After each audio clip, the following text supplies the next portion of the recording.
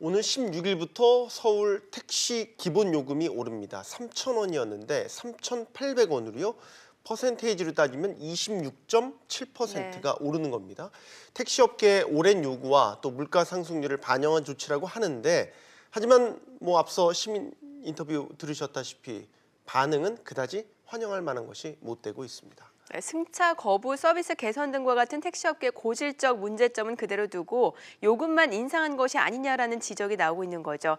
여전히 제자리 걸음인 카풀을 둘러싼 논의도 답답하긴 마찬가지입니다. 자세한 내용 중앙대 경영학부 위정현 교수와 짚어보겠습니다. 어서 오세요. 안녕하십니까? 안녕하십니까? 3,000원을 3,800원으로 올랐잖아요. 예.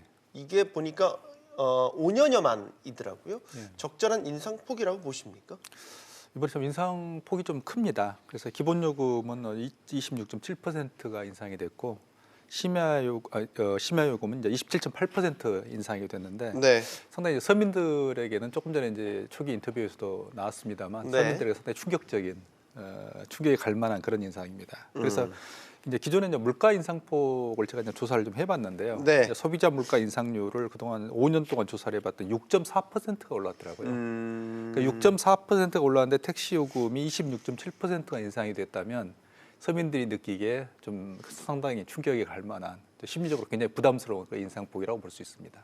네. 앞서 시민 인터뷰에서도 확인을 해봤습니다만 시민들은 카카오의 카풀 서비스 도입을 원했던 목소리도 컸던 것 같은데 이 부분은 결론이 나지 않은 채 택시 기본 요금만 올랐단 말이죠. 이 부분에 대해서 지금 카풀 논의가 어디까지 진행이 된 겁니까? 좀 그게 좀 이 진전이 좀 답답한데요. 예. 그래서 현재 사회적 데이터 기부에서 지금 논의가 되고 있습니다만, 그래서 현재 이제 우선 검토 사항으로 몇 가지 합의가 됐는데 그중에 이제 가장 중요한 게 이제 자가용이 아니고 즉 카풀이 아니고 택시와 플랫폼 기술의 결합이라는 이 점을 가장 우선적으로 지금 우선 검토 사항으로 합의가 지금 되어 있습니다. 그렇기 때문에 현재 지금 카풀에 대한 논의는 사회적 데이터협 기구에서 지금 배제된 상태로 일단은 진행이 되고 있는 것이죠. 이제 그런 상태이기 때문에 결국에는 사회적 데이터협 기구 내에서 카풀이 논의가 될 것인가에 대해서 많은 이제 우려의 목소리가 나오고 있습니다. 자, 그럼 여기서 저희가 서울시를 연결해서 택시 요금 인상 배경과 또 서울시가 추진하는 이 새로운 택시 사업에 대한 이야기를 좀 자세히 들어보도록 하죠. 안녕하세요. 안녕하세요. 네. 일단요. 서울택시 기본요금 3,800원으로 오릅니다. 먼저 이 금액이 어떻게 책정이 된 건지 배경 설명부터 부탁드립니다. 18년 그 운송 원가를 분석한 결과 인상 요인이 있는 것으로 나타났고요. 여기다가 그 열악한 근로 조건하에 있는 운수 종사자 처우를 그 노사 민정정 협의체에서 권고한 그 서울시 생활임금 수준으로 보장해주기 위해서 총 18.6% 인상안을 마련하게 되었습니다. 즉 택시업계의 그 높은 근로 강도에 비해서 낮은 보수 수준으로 운전자가 지속적으로 감소하고 서비스가 악화되는 기존의 그 악순환 구조를 개선하기 위해서 운전자 처우 개선에 초점을 맞춰서 이번에 13년 이후에 6년 만에 택시 요금을 인상하게 된 것입니다. 사실 그동안 택시업계는 줄곧 요금 인상을 요구해 왔었는데 이 정도 인상폭이라면 좀 만족할 만한 수준이라고 보십니까?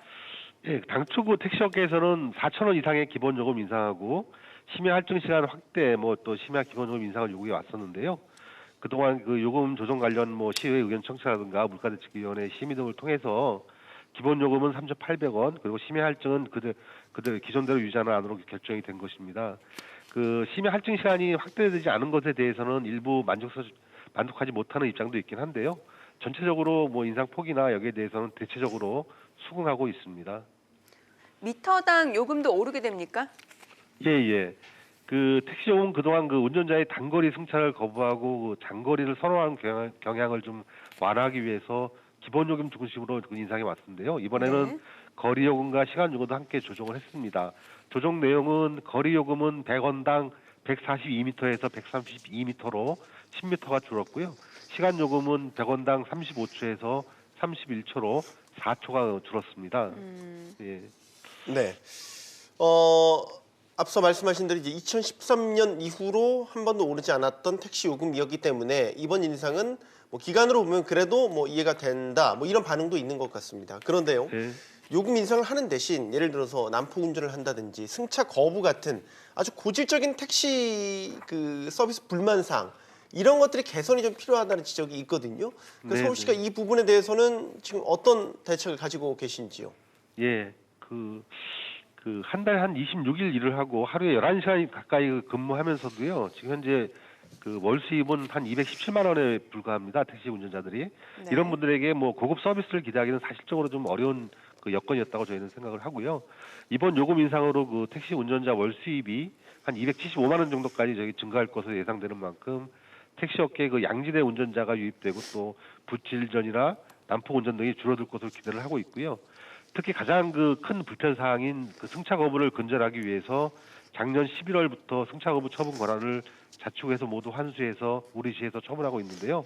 이러한 처분 강화 이런 조치 등으로 인해서 작년 12월 같은 경우에는 승차 거부 민원이 전년도 대비해서 45%나 감소하는 성과를 거두기도 했습니다. 이 밖에도 심야 시간 택시 공급 확대를 위해서요. 매주 금요일 심야 시간 택시 부재 해제 이걸 정례화했고요. 개인 택시가 심야 시간대 의무를 좀 운행을 의무화하는 거하고 법인 심야 전용 택시 도입도 지금 추진 중에 있습니다.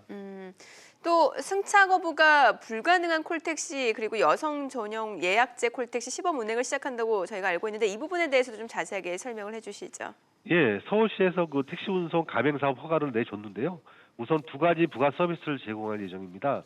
첫째가 웨이고 블루라고 해서 승객 호출에 따라 자동으로 가장 가까운 거리의 차량이 배정되는 자동 배차 콜 택시인데 택시 운전자는 승객을 태울 때까지 목적지를 알 수 없고요. 배차를 거부할 수 없는 그런 시스템입니다. 택시 운전자의 승객 골라 태우기가 구조적으로 불가능해지는 그런 시스템입니다. 또한 차별화된 서비스 수준을 유지하기 위해서 가맹 택시에 전문 서비스 교육을 이수한 운수 종사자를 배치할 예정이고요. 차량 내부에는 시트 커버, 전용 방향제, 스마트폰 충전기 등을 설치해서 쾌적한 환경을 제공할 예정입니다. 두 번째로는 여성 전용 예약제 콜 택시인 웨이고 레이디 서비스인데요. 웨이고 레이디는 승객도 운전자도 모두 여성으로 이루어지는 택시입니다. 다만 초등학생까지는 남자아이도 탑승 가능하도록 허용하기로 했습니다. 시범 서비스 기간부터는 국내 최초로 영유아용 카시트도 제공할 예정이고요. 이러한 웨이고 레이디는 20대 규모로 시범 서비스를 이제 시작한 뒤에 내년 2020년까지는 택시 500대, 운전자 1000명 규모로 확대해서 여성 고용 창출에 기여하고 여성의 택시 운송 서비스업 진입을 돕기 위해서 유연 근무제와 복리후생 제도도 이렇게 도입할 계획으로 있습니다. 네, 웨이고 블루 또 웨이고 레이디 이 서비스에 참여하는 택시 기사들은 산학금도 없고 완전 월급제를 시행한다고 들었는데 이게 몇 대 정도 서울 시내에 보급이 되는 건가요? 예. 웨이고 블루는 초기는 300대로 이제 출발을 해서요. 네. 향후 1000대까지 서비스를 확대할 예정이고요. 물론 수요가 있다면 추가 확대도 지금 가능하고요. 웨이고 레이디는 초기 20대로 서비스를 시작해서 2020년에는 500대까지 규모를 확대한다는 그런 계획입니다. 네. 자, 그리고 이건 좀 또 다른 이슈입니다만 택시업계와의 카풀 갈등이 이제 계속되다가 지금은 다소나마 소강 상태에 접어들었는데 카카오가 다시 이제 서비스를 재개하기만 하면은 논란은 다시 재점화되는 거 아니겠습니까? 서울시에 이런 사업들이 어떤 대안이 될 수 있을 것으로 보십니까? 예, 지금 기술 혁신을 통한 시민 편의성을 높이는 것에 필요한 사항이긴 합니다. 근데 각종 규제를 받고 있는 택시 업계의 생존권도 사실 무시할 수 없는 그런 상황인 것도 현실입니다. 카풀 문제는 현재 국회와 정부 차원에서 이해 당사자 간 논의가 진행되고 있어서 결과를 지켜봐야 하겠지만요. 분명한 것은 새로운 기술이 나란히 발전하는 상황에서 택시 업계가 생존하기 위해서는 택시 업계의 경쟁력을 강화하는 것이 무엇보다도 필요하다고 저희는 판단하고 있습니다. 우리 시에서는 불필요한 택시 관련 규제를 대폭 완화하고요. 택시 업계는 시민 요구에 부응하는 다양한 서비스를 발굴하고 나아가서는 ICT 기술을 접목한 서비스 제공 등 미래 환경 변화에 능동적인 대응이 필요하다고 저희는 생각합니다. 앞에서 설명드린 택시 운송 가맹 사업은 이러한 노력의 하나로 볼 수 있을 것으로 저희는 판단하고 있습니다. 네, 오늘 말씀 잘 들었습니다. 잘 들었습니다. 네. 서울시 택시 물류팀 지우선 과장과 전화 연결해 봤습니다. 교수님, 지금 앞서 이제 새로운 서비스인 거죠? 그러니까 승차 거부를 하지 않는 택시, 그 다음에 여성들이 전용으로 이용할 수 있는 이런 택시, 새로운 개념의 서비스들이 이제 나오고 있는데 어떻게 평가하십니까? 일단은 택시업계의 변화라는 측면에서는 긍정적으로 평가를 할 수 있겠습니다. 하지만 이제 기존의 다른 예를 들어서 타다라는 어떤 서비스 또는 타다. 예. 그리고 이제 기존에 또 이제 나와 있는 예를 들면 뭐 카풀 기존에 하고 있는 뭐 여러 이제 플러스 이런 서비스들이 있습니다만 네. 이제 특히 이번에 이제 하고 있는 예를 들면 시트 커버, 뭐 전용 방향제, 스마트폰 충전 이건 다 타다에 설치되어 있는 네. 그런 점에서는 이제 기존에 나와 있는 서비스보다는 사실 새로울 게 없는 택시업계라는 관점에서 보면 하나의 새로운 어떤 시도이고 노력이지만 네. 기존의 다른 서비스하고 비교해 본다면 별로 차별화가 되지 않는 즉 이제 좀 벤치마킹했다 나쁜 말로 하면 베꼈다 이렇게 볼 수도 있는 거죠. 네. 그런 점에서는 지극히 제한적이고 실제로 이제 더 나아가서 택시업계가 기존의 이제 서비스하고 다른 어떤 새로운 그러니까 단지 어떤 승차급을 하지 않는다라든지 뭐 여성 전용 이걸 넘어서는 뭔가 소비자들이 좀 납득할 만한 이번에 이제 요금 인상과 더불어서 발표가 됐기 때문에 좀 납득할 만한 서비스가 나와줘야 되는데 이번에는 그런 부분들이 전혀 좀 보이지 않았던 아쉬움이 있습니다. 네.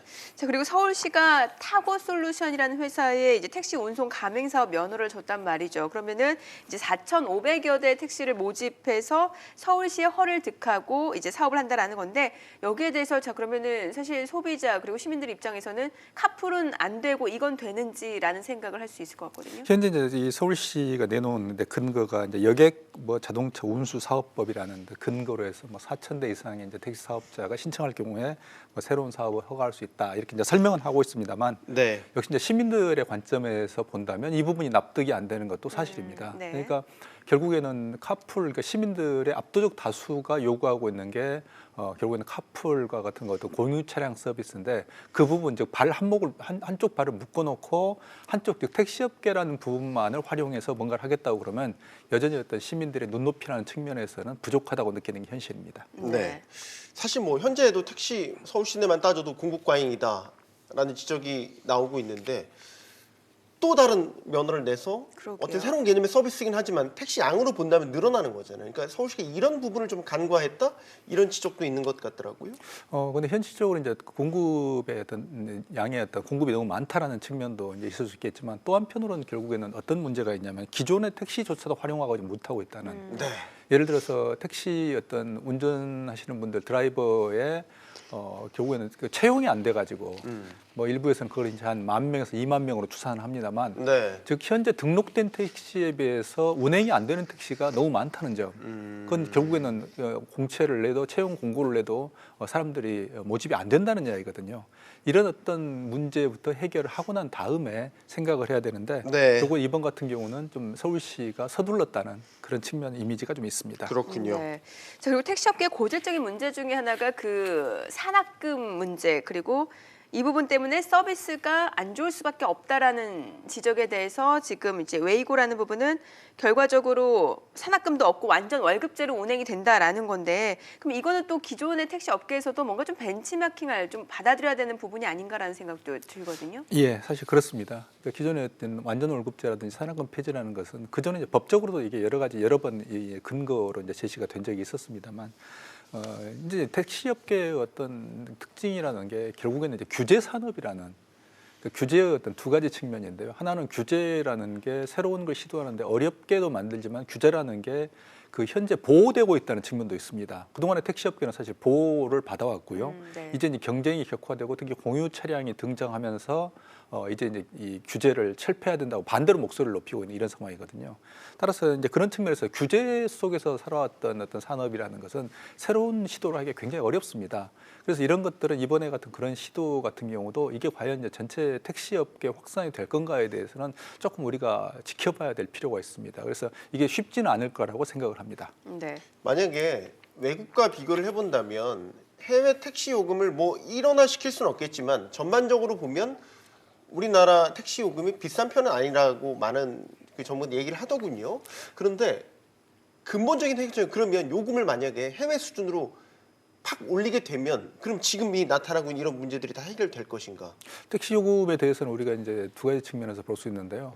하나는 이제 국민 소득하고 대비로 보게 되면 우리가 이제 미국이나 일본, 특히 이제 미국의 택시 요금과 비교해 보면 우리가 싼 게 현실입니다. 미국은 네. 정말 충격적으로 비싸죠. 네. 그런데 베트남, 중국 이런 어떤 개발도상국과 이제 비교를 해보면 우리가 압도적으로 또 비쌉니다. 그런 측면에 있어서는 각 국가별로 일률적으로 비교하기는 쉽지 않겠다라고 네. 생각을 하고요. 오히려 이제 우리가 택시 요금에서 원가 이야기가 자꾸 나오는데 그동안에 네. 이제 원가를 흡수하기 위한 택시업계가 노력을 하지 않았기 때문에 계속 결국에는 그동안 이제 택시 요금 인상이라는 것은 물가가 인상이 되면 거기 이제 비례해서 자동적으로 연동시키는 네. 이런 정책을 반복해 왔기 때문에 사실 택시업계가 그런 관성에 젖어 있었던 측면도 있습니다. 뭐 결국에 논의는 이제 카풀 도입 문제로 돌아갈 수밖에 없을 것 같은데 지금 택시와 카풀 사회적 대타협 기구에서는 이 택시업계가 주장하는 택시 카풀 그러니까 자가용이 아닌 택시가 카카오와 같은 플랫폼 기술과 우선 결합해서 사업을 해야 된다는 거 이렇게 돼가고 있는 거 아니겠습니까? 그럼 결국에 이 카카오 택시랑 좀 다를 바가 없는 게 아닌가라는 생각도 들거든요. 예, 지금 시민들이 느끼고 있는 포인트가 바로 그 부분입니다. 예. 그러니까 기존에 택시에 대한 불만이 있었기 때문에 예를 들면 카풀을 지지를 했었고 또 새로운 타다 같은 새로운 어떤 형태의 어떤 차량 서비스를 지지를 했었는데 결국 사회적 대타협 기구에서는 결국 이런 중요한 점 이미 시민들이 그런 흘러가고 있는 즉 이미 활용하고 있는 그런 서비스를 배제한 상태에서 또는 막고 있는 상태에서 택시를 이용한 그러니까 택시를 중심으로 이런 어떤 뭐 플랫폼을 결합하고 이런 어떤 시도를 논의를 하고 있기 때문에 그렇게 되면 결국에는 시민의 입장에서는 눈높이에서는 결국 카카오 택시하고 카카오가 택시를 통해서 콜을 하고 사람들이 타게 되고 이런 것과 아무런 차이가 없지 않냐라는 이런 불만의 목소리가 좀 나오고 있습니다. 언젠가는 카풀 문제가 다시 한번 사회적 논의를 거쳐야 되는 게 불가피할 것 같아요. 지금은 일단 수면 아래로 가라앉지 않았습니까? 그러면 뭔가 택시업계도 자성, 뭐 변화에 대한 것들을 일정 부분은 받아들이고 뭐 적절한 합의점을 찾아야 될 텐데 지금 일단 요금 인상을 앞두고 있단 말이죠. 글쎄요, 앞으로 택시업계 행보가 어떤 행보를 볼지 모르겠지만 기존에 무조건 반대했고 했던 거는 굉장한 비판과 지탄을 받았습니다. 첫 단추 잘 깨고 있다고 보십니까? 어떻게 보십니까? 현재 이런 어떤 변화하는 노력 자체는 저는 이제 긍정적으로 우리가 평가할 가치가 있다고 생각을 합니다. 근데 이게 이제 택시업계가 변화하는 노력보다 시대의 흐름이 더 빠를 수 있다는 점. 그러니까 예를 들면 궁극적으로 이제 택시의 궁극적인 종착지나 또는 무덤이 될 수 있는 게 이제 무인 차량입니다. 네. 자율주행 차량, 무인 차, 그러니까 무인 택시가 나오는 거죠. 네. 그것까지가 시간이 지금 몇 년이 안 남았다 우리가 보고 있기 때문에 네. 사실 카풀도 일시적인 지나가는 바람일 수 있습니다. 그런 점에서 택시업계가 궁극적으로 그런 어떤 방향까지 얼마나 빨리 갈 수 있을 것인가 또는 얼마나 빨리 대비할 수 있을 것인가의 어떤 이슈가 있습니다만 그런 점에서 본다면 택시업계가 가지고 있는 어떤 규제 속에서 온전해온 즉 생존해온 어떤 산업이라는 특성을 여전히 벗어나고 있지 못하다는 점에서 결국에는 카풀이라는 이런 논의가 다시 한번 촉발이 될 수밖에 없는 상황이 될 거라고 생각합니다. 오히려 카풀은 과도기적인 문제일 수 예. 있다라는 거죠. 예. 무인 택시 같은 경우는 지금 미국에서 시범 서비스를 예. 하고 있지 않습니까? 그래서 카풀이 사실 공유 차량의 어떤 극히 일부분에 지나지 않습니다. 그런 점에서 향후에 이제 정말 무인 택시라든지 특히 무인 차량이 나오게 되면 카풀 자체도 소멸할 수 있는